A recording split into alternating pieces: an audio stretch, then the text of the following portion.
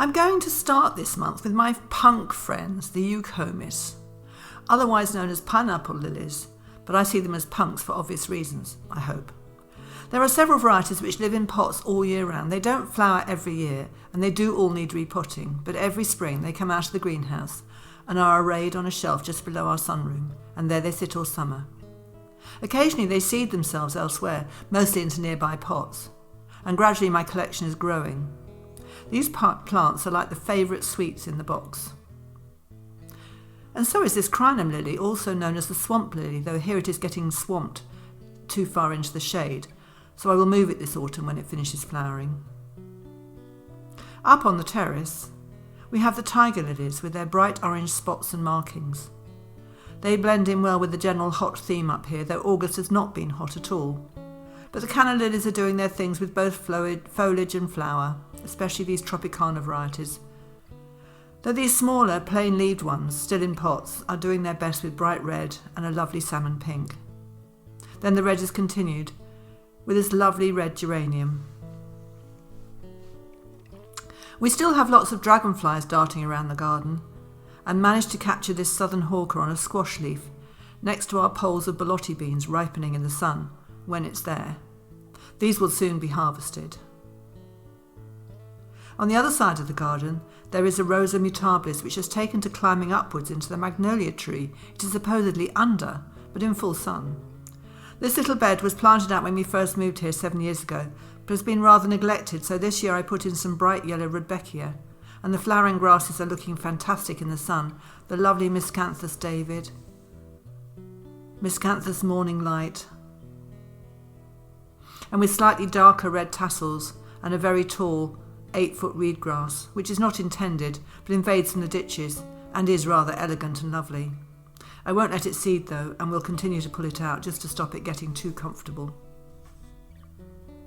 In the top left-hand bed, behind the hardy geraniums, is a lovely blue shrubby clematis called New Love. I accidentally broke a flowering spike off it a few weeks ago and mourned the loss of all those flowers. So I put it in a bottle of water on the kitchen windowsill, and it has now sprouted roots. Soon there will be 2 of these beauties to admire. Chuffed gardener, win some and lose some in gardening, all the time. Down in the woods we have lords and ladies coming out to show off their bright orange berries, highly toxic of course, the fruit of the Arum italicum, and on the leaf of this Iris fertitidus next to it, sunlight shining through a fern frond creates this beautiful pattern.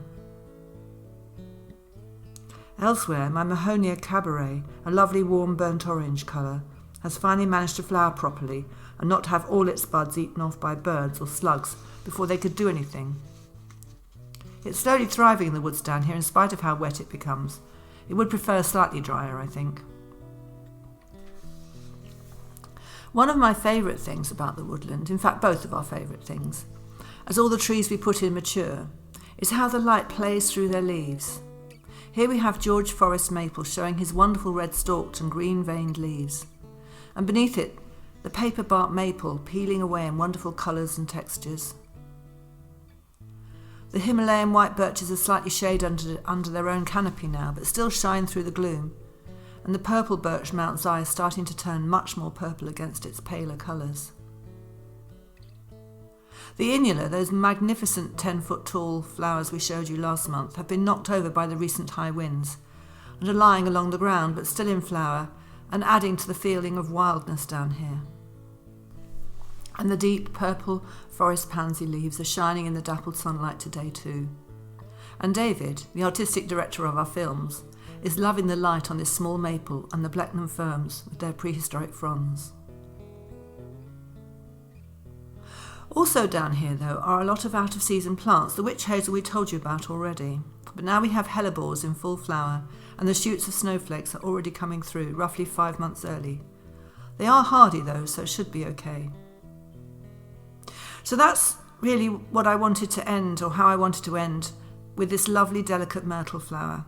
It really is a beautiful flower, and the berries are supposed to be edible too, though I have yet to try them. I will pick them this year and experiment with them, as they do have good nutritional content, as well as being used for sore throats and asthma cures. Perhaps a jar of these dried in the kitchen cupboard will bring some interesting winter experiments.